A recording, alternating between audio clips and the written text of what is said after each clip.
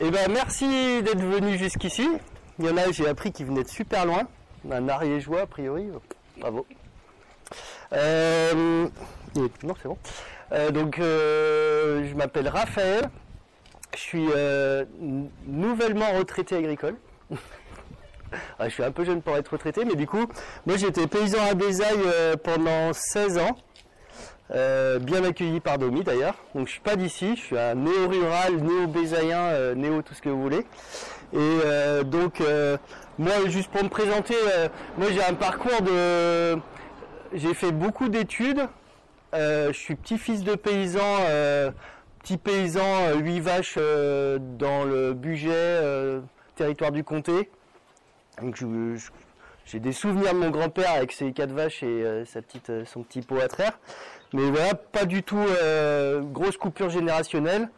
Et donc moi j'ai fait des études d'ingénieur, un doctorat, j'ai fait de la recherche dans la chimie plutôt appliquée à l'environnement sur l'impact environnemental des décharges. J'ai même bossé à l'énorme décharge de Chatu sans le savoir à l'époque que j'allais être paysan pas très loin.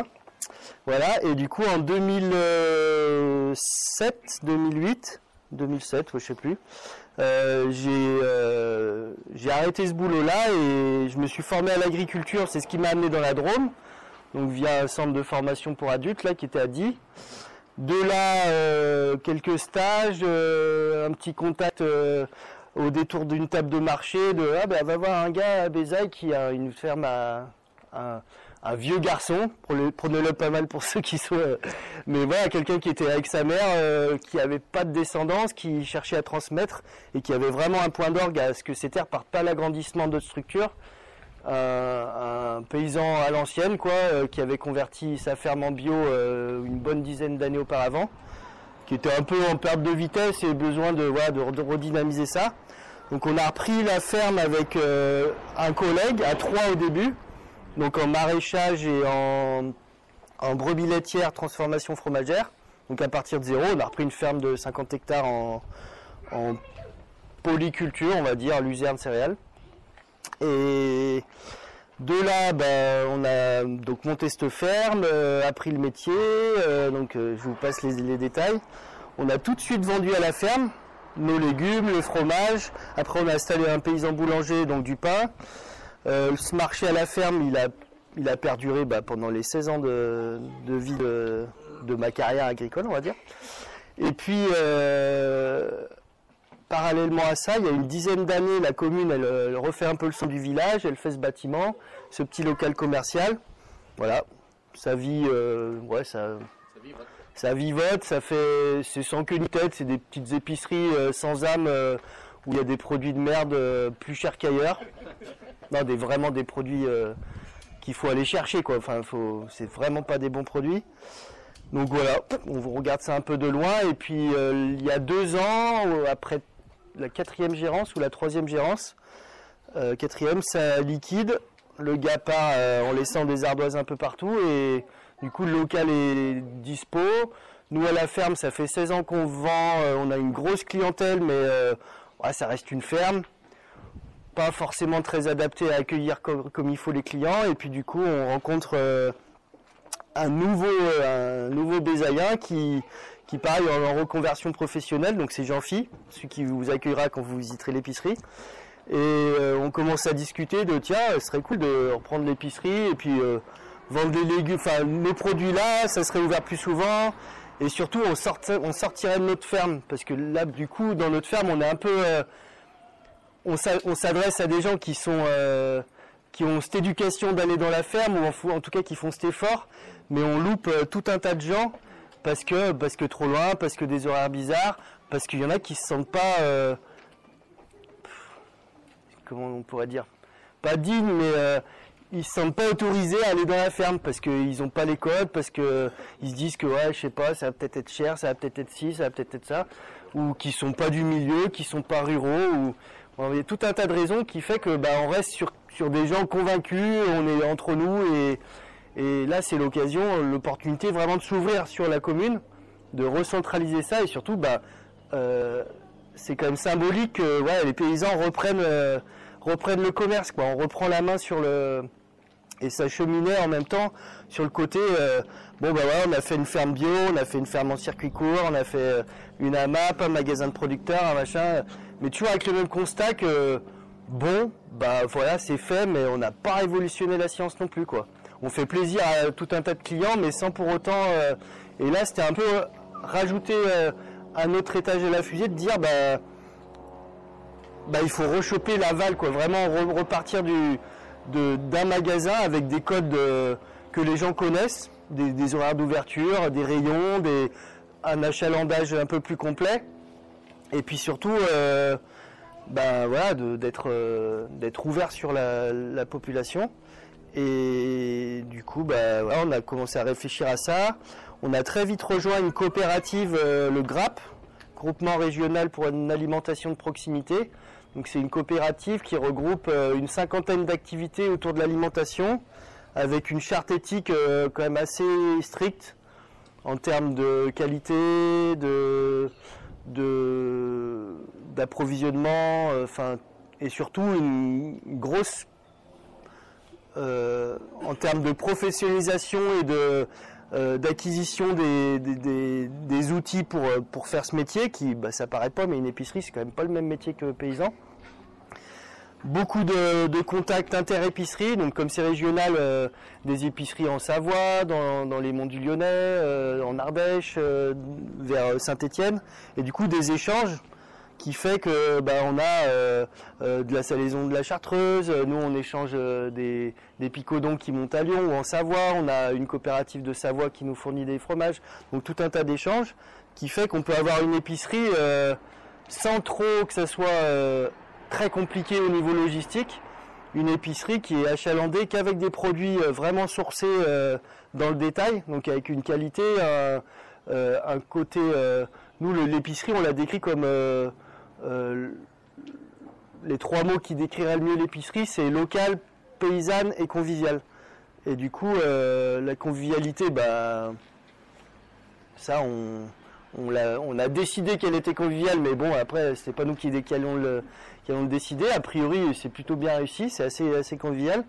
Et puis, paysanne, ça implique un énorme travail de. Là, on pourrait juste se franchiser avec, je sais pas, Super U ou quoi, et faire une supérette avec tout compris, avec une grande plateforme. Voilà, c'est de sourcer chaque produit, appeler les producteurs, voir comment logistiquement on peut choper du Saint-Nectaire fermier. Mais bon, je vais pas aller à chaque fois à Saint-Nectaire choper 6 Saint-Nectaire, donc toi, vous comprenez le principe.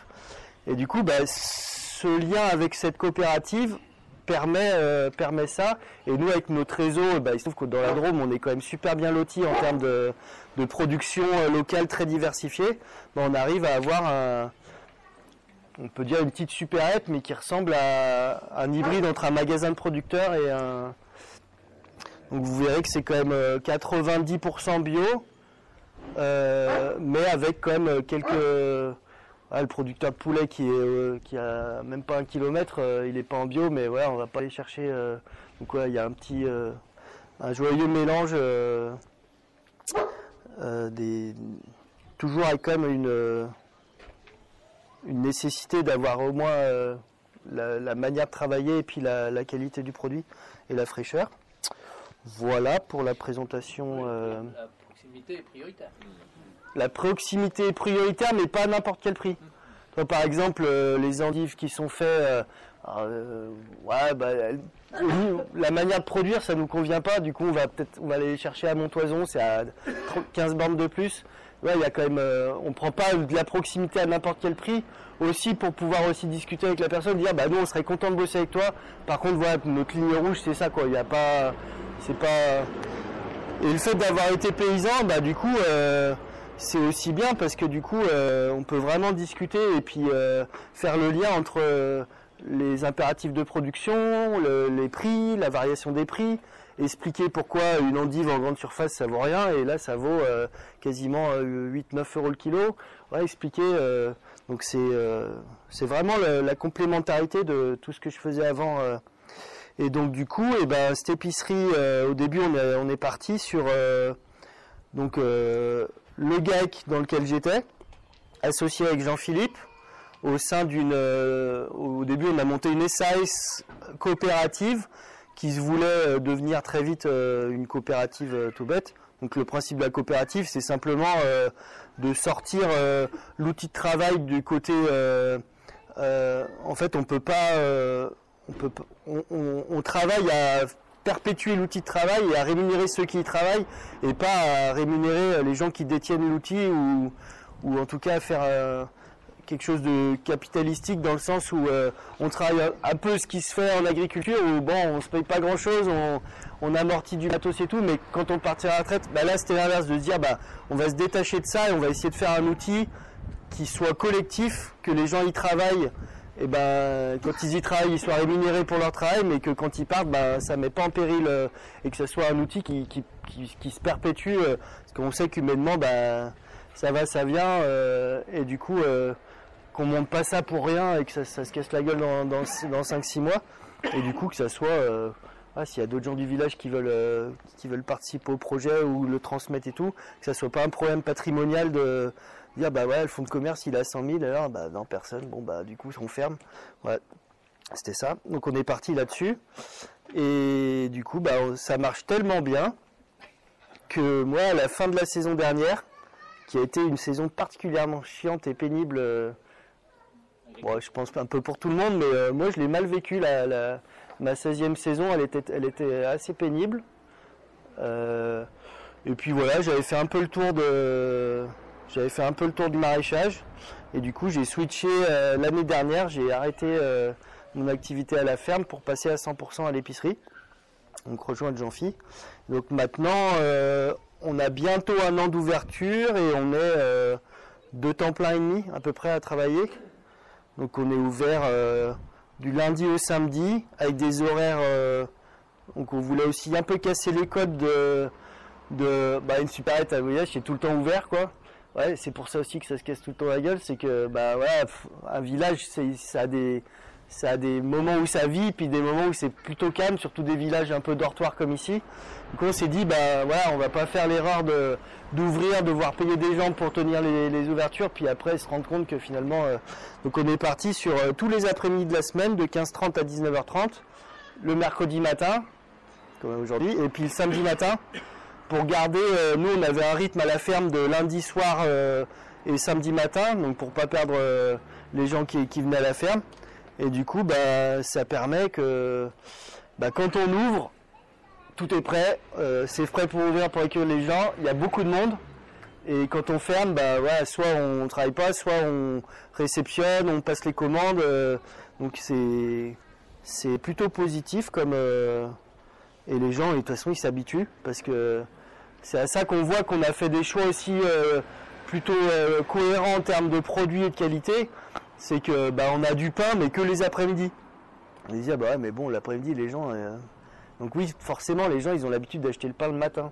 En fait, le pain il est tellement bon, enfin en tout cas tellement différent de ce qu'on peut trouver par ailleurs, que les gens ils s'adaptent. Et finalement c'est en proposant quelque chose de différent, que les gens ils changent un peu leur manière, et de petit à petit ça marche de plus en plus, et je pense que ça a vocation même encore à se développer. Parce que tous les jours on voit qu'il y a des petits signaux qui font que on se dit s'il y a quelque chose. Et vraiment le plaisir, c'est de voir des anciens qui ont soit plus le permis, soit qui n'ont pas le droit de faire plus de 5 bornes, qui auraient jamais mis les pieds dans une Biocoop par exemple, et qui ça se trouve qu'ils savent même pas que c'est en bio ici, puis qui s'en foutent, mais qui viennent quand même et qui disent j'adore ça, et qui découvrent des produits, et ça c'est génial, quoi. C'est génial et puis leur permettre des anciens donc Domi c'est le producteur d'œufs du magasin. Les anciens, ça les faisait chier de pas bouffer des œufs de bésaille quand même, parce que de se faire emmener par leur je sais pas comment on appelle ça, la personne qui vient les aider au quotidien, qui les emmène au Lidl acheter des œufs de je sais pas d'où, alors qu'il y a un producteur à bésaille. Mais bon là au moins on permet aux gens facilement 6 jours sur 7 de venir acheter des œufs en plus moins chers, parce que du coup comme c'est proximité avec des coûts de fonctionnement qui sont moindres, les œufs dégueulasses de Lidl ils sont bien plus chers que les œufs de bésaille de Domi, et ça c'est pareil pour tout, pour le pain du paysan boulanger, pour nos légumes, et avec l'avantage après de pouvoir, comme on a un commerce, de compléter l'offre à cette saison. Les fruits et légumes, c'est un peu technique. Ici, si on vendait que nos légumes, le rayon il serait un peu juste. Donc voilà, ça permet aussi d'aller un peu plus loin. Donc c'est plutôt positif. Et puis ça permet, moi à titre vraiment de paysan qui ai vécu quasiment tout le temps que en vente directe, on faisait un peu de vente en demi-gros pour les restaurants collectifs, et ben on se rend compte que la notion de prix, ça a toujours été quelque chose de faut pas faire trop cher, faut que ça soit accessible et tout.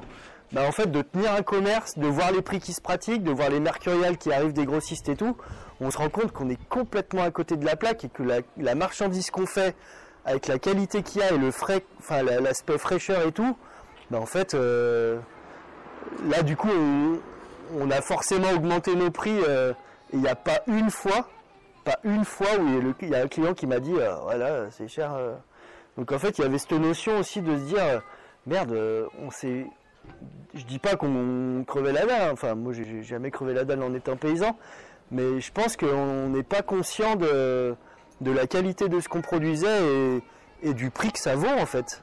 Et que là, quand on achète maintenant, et encore ce qu'on trouve dans les grossistes, je trouve que c'est pas de trop mauvaise qualité, mais quand même, enfin là on passe d'épinards qui venaient de je sais pas d'où, des gros machins avec des codes comme ça, à des petits épinards qui a 1 euro de plus au kilo, ça choque personne quoi. Et ceux-là on les vend facilement alors que les gros pas chers on les vend pas quoi. Donc il y a vraiment, je trouve ça super intéressant ce lien qu'il peut y avoir entre le commerce et la paysannerie où finalement c'est des mondes qui sont interconnectés de fait, parce que l'un ne va pas sans l'autre. S'il n'y a pas de producteur, il n'y a pas d'épicerie, il n'y a rien à vendre. Et inversement, un paysan qui est complètement déconnecté de ça, moi j'ai toujours eu cette impression de dire putain je vends je sais pas, une salade à 95 centimes hors taxe, putain, le gars il la vend à 50, ça va quoi, le gars il se fait plaisir. Mais en fait une fois qu'on est passé de l'autre côté, on est capable de voir comment le prix il est généré, les charges que ça représente, la marge, et je trouve que c'est vraiment super intéressant. Et j'aimerais bien, dans un second temps, quand vraiment on sera posé, de pouvoir communiquer là-dessus, un peu faire ouvrir un peu les comptes d'une petite épicerie comme ça, pour aussi montrer aux producteurs que ce coefficient x1,42, x1,5 qu'on entend souvent, il y a une réalité derrière et comment elle est décomposée et que c'est pas pour autant qu'on roule en BM ou quoi. Enfin donc je trouve ça vachement intéressant et c'est ce que j'aimerais bien développer par la suite quoi. Voilà, que dire d'autre?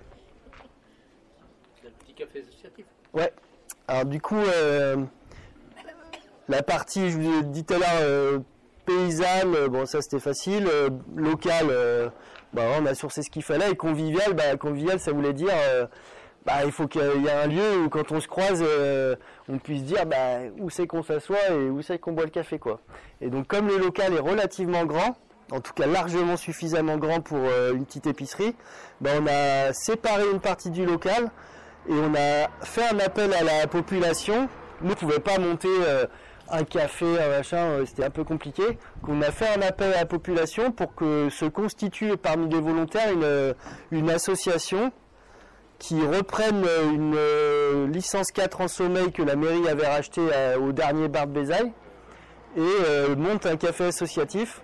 Donc sur le principe de une association qui achète et qui revend des cafés, des jus de fruits avec des bénévoles qui font tourner et nous en support sur l'approvisionnement du café et puis sur quand il manque des bénévoles, de toute façon on est ouvert, on sert les cafés et du coup ce côté redonner un lieu qui permette d'accueillir des événements, de pourquoi pas accueillir une petite réunion de producteurs et puis surtout refaire un café au village où il y en a eu jusqu'à 5, je crois, 4 ou 5 il y a peut-être quarantaine d'années et là il n'y en avait plus. La boulangerie elle a fermé le mois dernier, donc c'était urgent que ça rouvre et voilà. Donc franc succès pour cette ouverture. Et donc tu peux donner un petit chiffre Ouais. Pour donner une idée, si tu veux, au point de vue... Pour donner une idée, nous, quand on était parti, quand on a monté le truc, on avait fait un prévisionnel en se disant tant de jours d'ouverture, bon allez on va faire tant de clients, panier moyen on l'estime à peu près, on était parti sur un chiffre d'affaires de 180 000 €, ce qui a conditionné les investissements qu'on a fait, voir à peu près si ça passait. Et là la première année on va boucler à 400 000 je pense, avec je sais pas des... Moi je pensais pas que c'était possible, mais on doit faire je sais pas 450 clients par semaine. Et avec des moments où des samedis matins, on peut faire en 4 heures une centaine de clients, un panier moyen bien au-delà de nos espérances.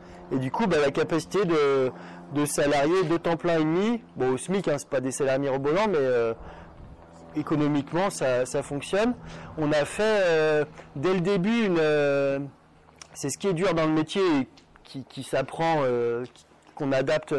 On a essayé de faire des marges différenciées, c'est-à-dire que les produits locaux,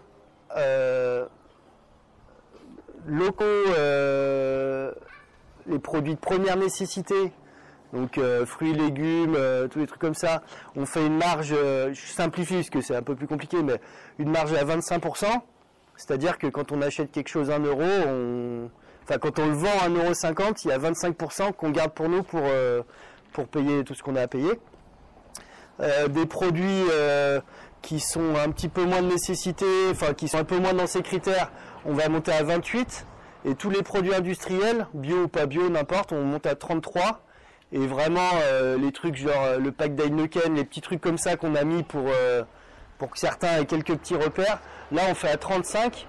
Et ce qui permet mine de rien, économiquement, symboliquement, que quand on vend un pack d'Heineken, bon il n'est pas donné, mais ça finance aussi le fait que les œufs on les garde à 2,70 les 6, alors qu'on pourrait très bien dire à 3 ça passerait, voilà. Et du coup c'est aussi ce pouvoir qu'on a quand on est dans le business, quoi, c'est de faire ce choix là et de dire aux gens ok, tu veux du coca, ça va te coûter cher.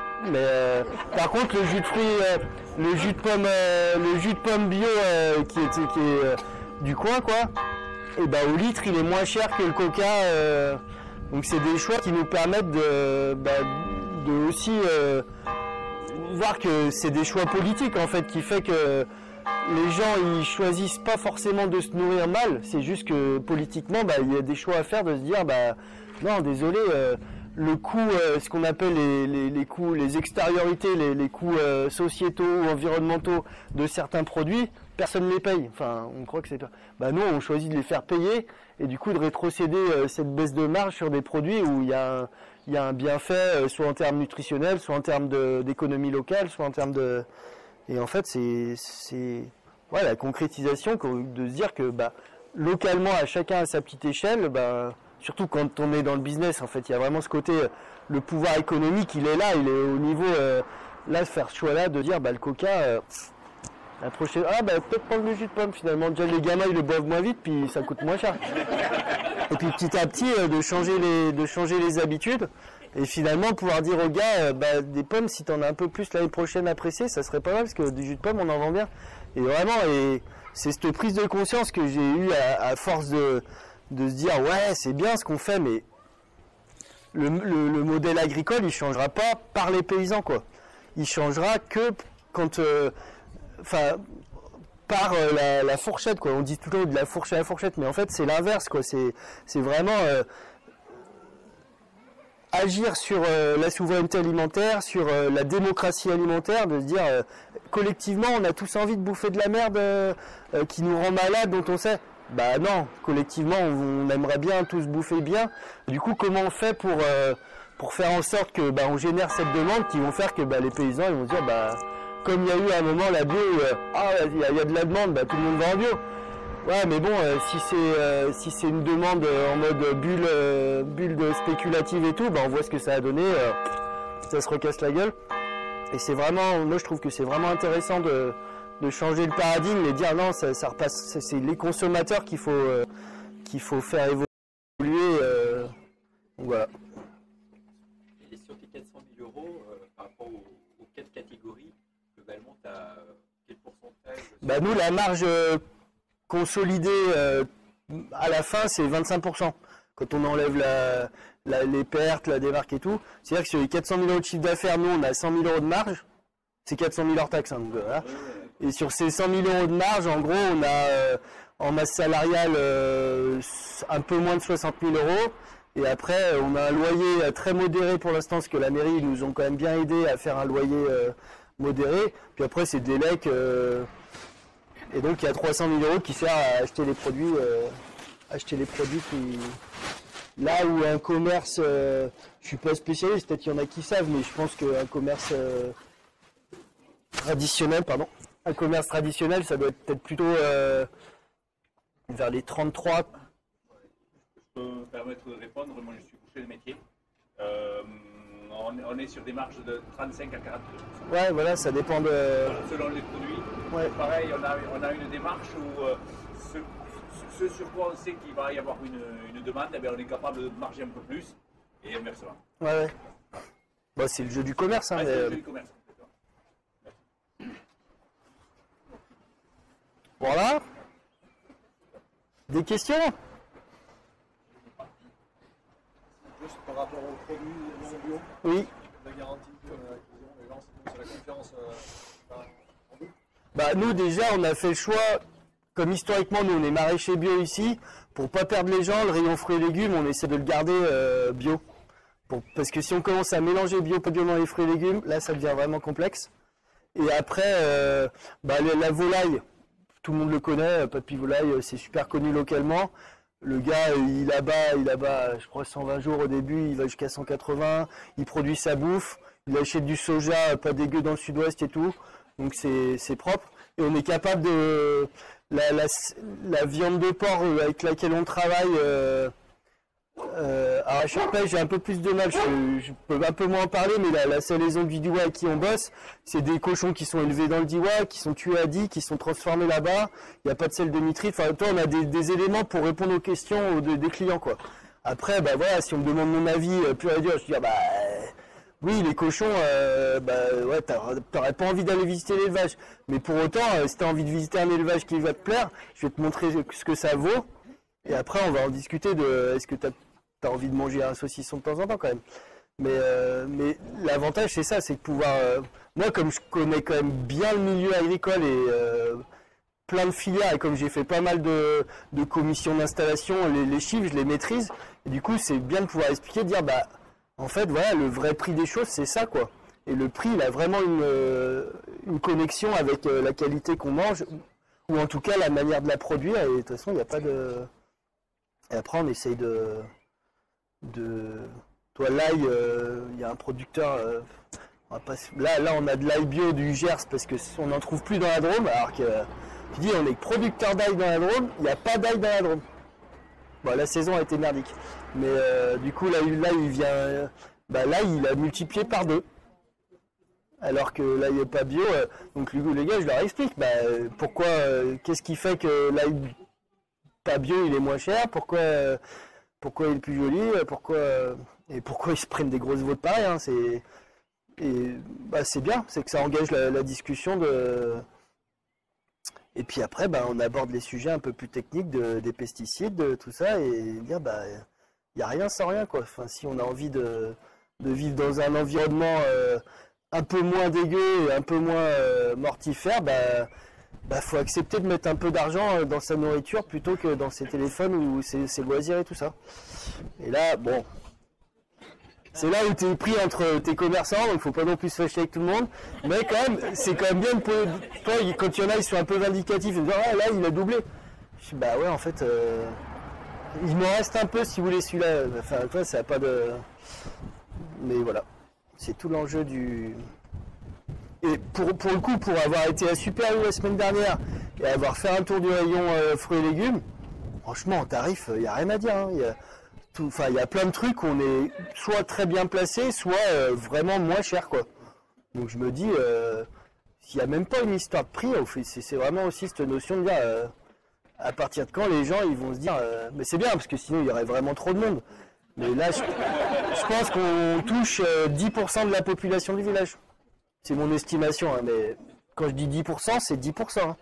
C'est pas 30, hein, Donc c'est vraiment...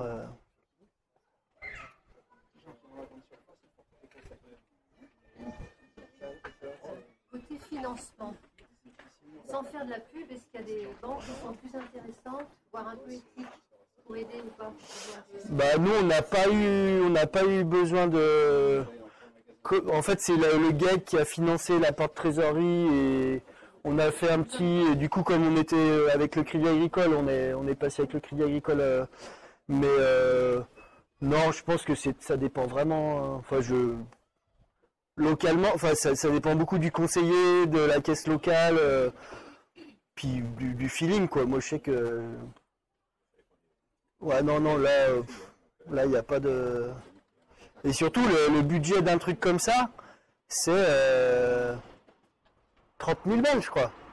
D'investissement, de froid. Après voilà, faut savoir, on a fait une fermeture de Biocop à Lyon, on a fait la vente aux enchères de liquidation, on a chopé les meubles à 3 francs 6 sous. Il n'y a que le froid qu'on a acheté en neuf, mais au final c'est pas un investissement énorme. Et qui est amorti rapidement quoi. Ouais. C'est à peu près ça quoi, c'est très peu. Ah bah oui, c'est le but. On pourra visiter et puis c'est ouvert, donc si vous voulez acheter un bout de pain ou on a des œufs. Sûrement qu'ils vous en proposera des cassés ou des pains propres là, des moins chers, mais ici ils sont meilleurs. Voilà. Il y a la BPI et Initiative aussi pour les financements. Initiative locale. Ouais, qui ont suivi la banque publique d'investissement.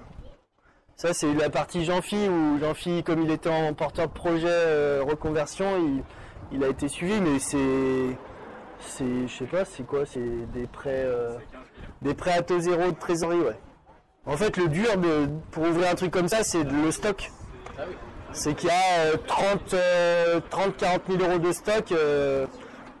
Donc c'est vrai que la ferme était derrière, qui avait un peu de sous. Et ça se rembourse. On a bossé 7 mois bénévole. En se disant, on ne sait pas où on va.